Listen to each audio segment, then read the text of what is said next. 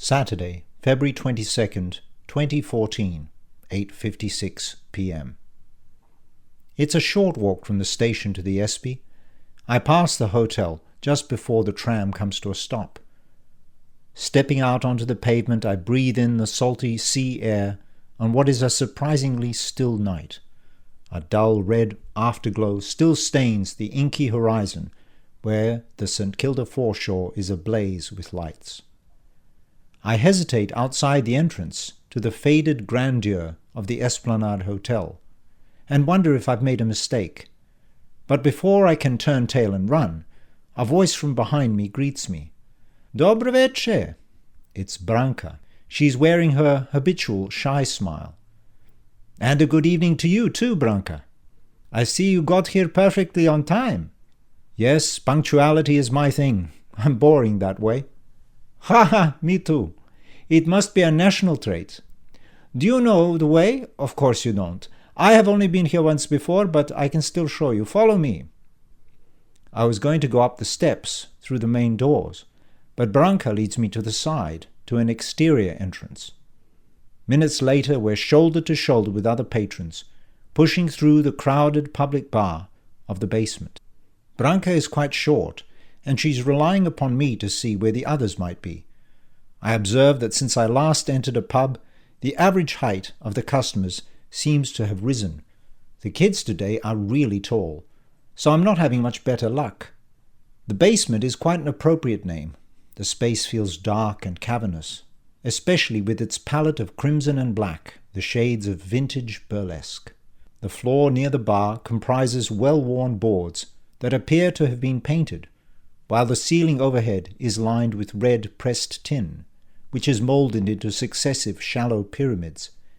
Ancient air conditioning ducts and ceiling fans interrupt the pattern, the latter blasting air and flickering against the dull yellow lights. Occasional high circular tables provide focal points for rowdy groups pouring beer from jugs. Music is blasting over the PA, the obligatory precursor to the live gig, and I shout in Branka's ear, asking whether she would like a drink. She nods and says, "Pivo," which is beer. So I push my way to the gaudy counter, where a sullen goth girl serves me 2 middies. I pass one to Branka. I can see the stage, and we make for it, passing buttoned black leather booths and squeezing between concentrated clusters of drinking and flirting.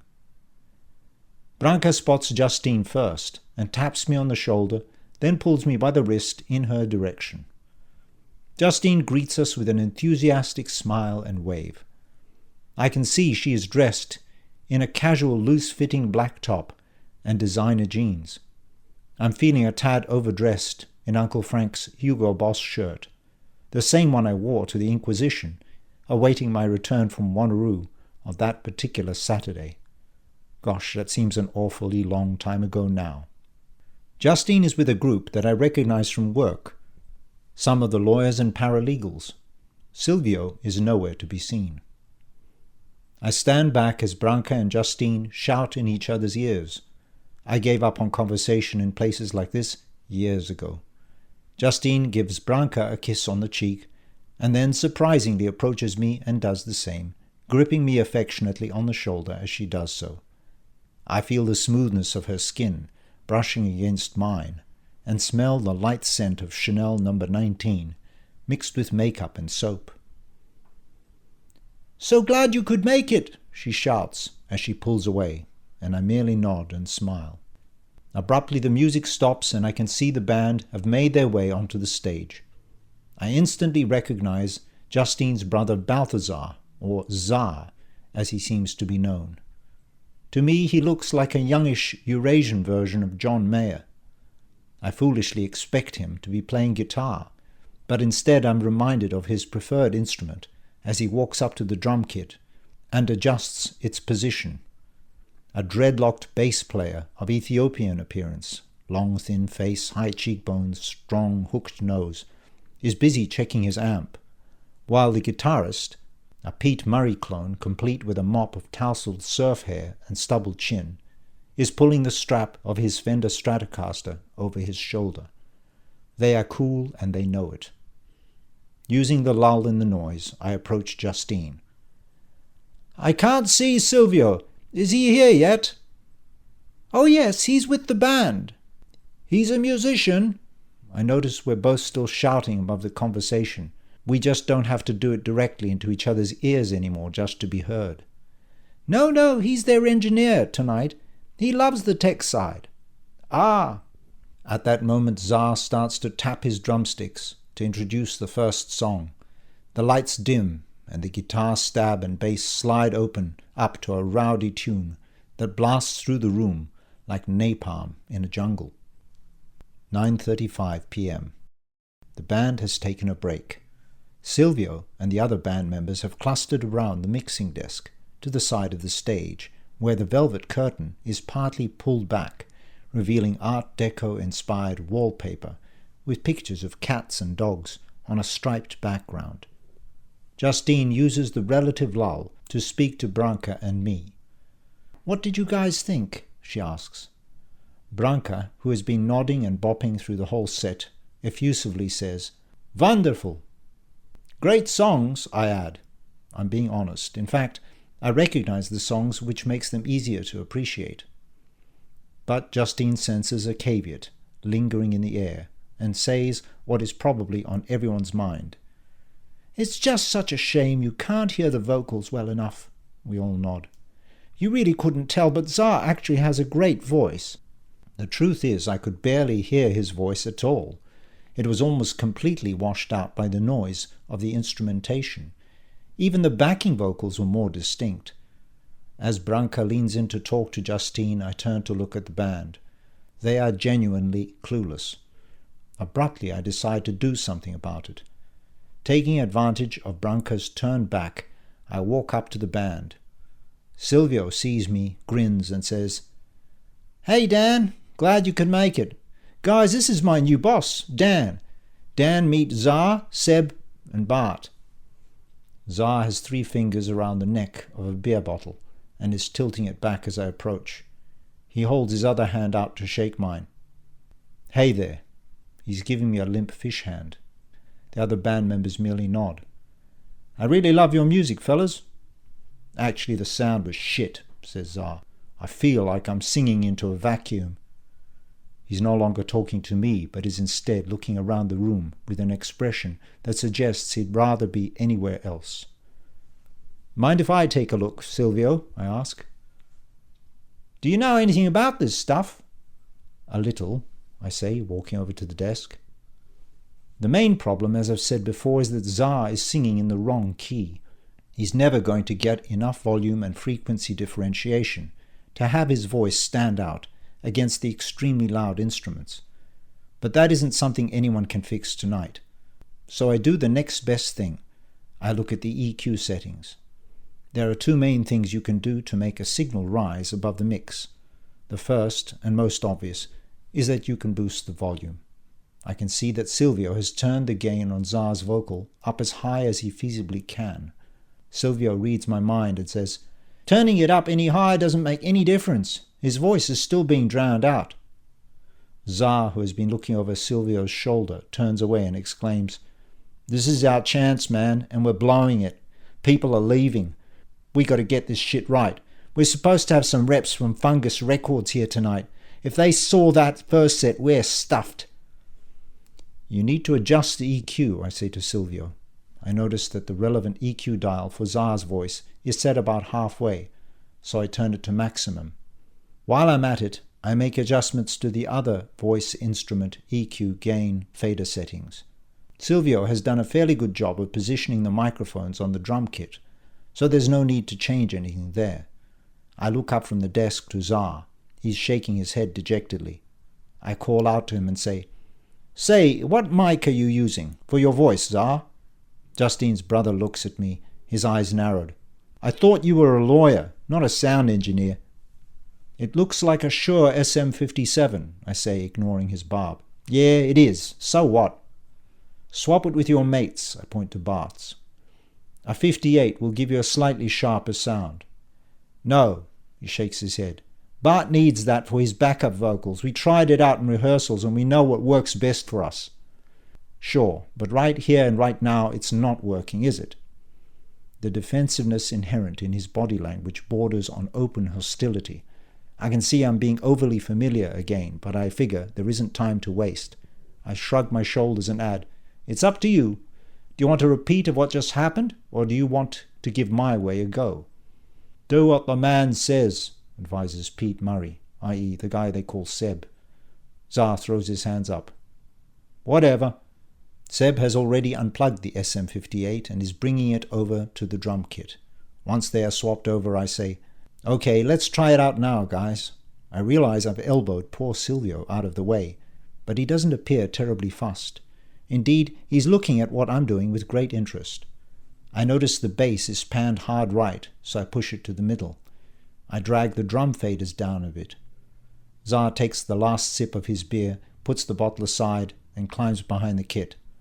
"All right, 1, 2, 3, 4. Seb's guitar screams out a sustained lead note, bent with a tremolo arm, and then the drums and bass join in, on driving staccato punk chords.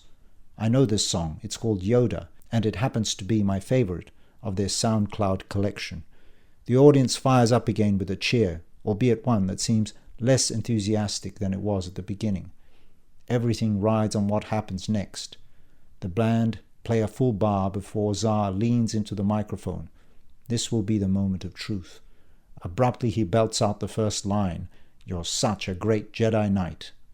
And I breathe out a sigh of relief. We can hear him loud and clear.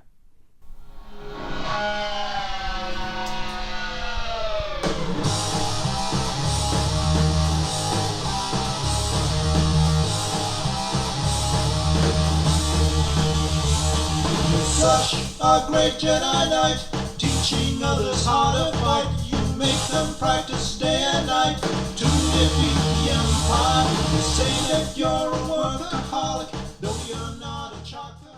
Zar waits till a chord riff break to give me a quick thumbs up, using the spot where he might have twirled a stick, and resumes singing. Bart and Seb look at each other and grin. For my taste the sound is still far from great. I pull some of the faders down and adjust others, but at least it's now okay. I haven't set up a live gig before, and I imagine there are many variables I have missed. If only Frank were here, he'd have a better idea. The main thing is that the gig has been salvaged. The sound might not be perfect, but it'll work. I look up to the audience, and I see Justine watching me, wearing a puzzled expression. I give her a wink, and she smiles back. I don't think she expected me to be doing something like this. Good. 10:05 p.m.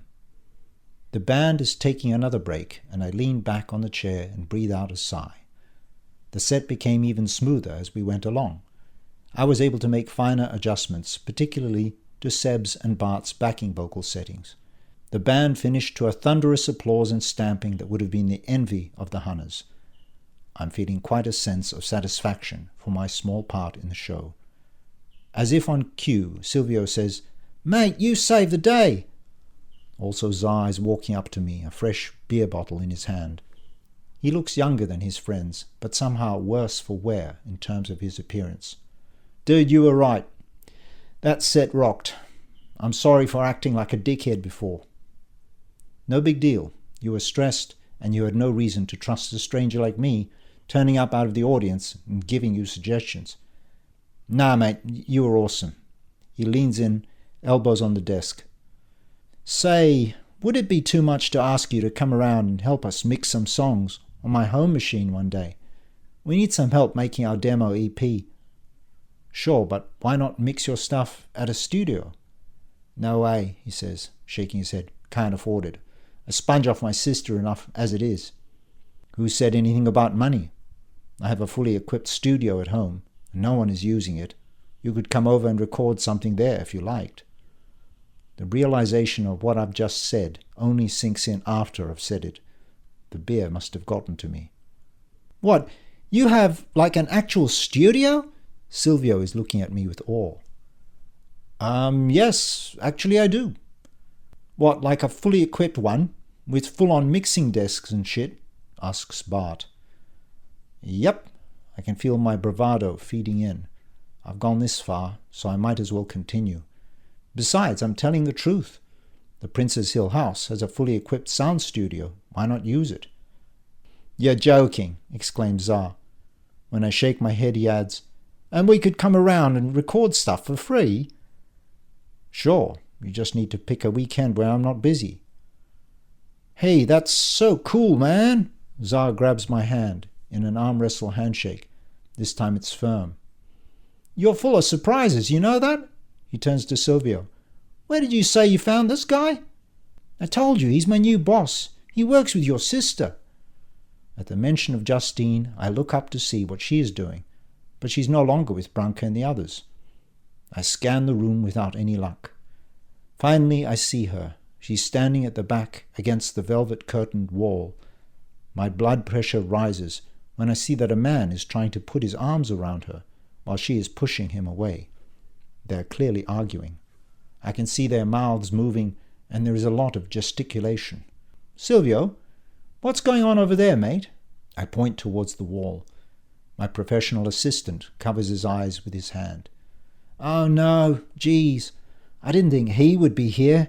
Talk about a stuff-up, he sighs. I don't get it. Is he assaulting her? Nah, mate, just a lover's tiff. I shouldn't take sides, but I tell you what, I don't care. In this case, I'm siding with Juss. She deserves better. By now, Tsar has turned around as well and is watching the events unfold. He looks livid. Before he can intercede, Justine appears to have relented, and the couple have embraced. Seb puts his arm out and stops Tsar from approaching them. Leave them, dude. She's got it. The hug seems to last an eternity. Eventually, the man turns in such a way that a ceiling light illuminates his face. My stomach churns, and my heart and temples start thumping dangerously. The man is Ian McRae.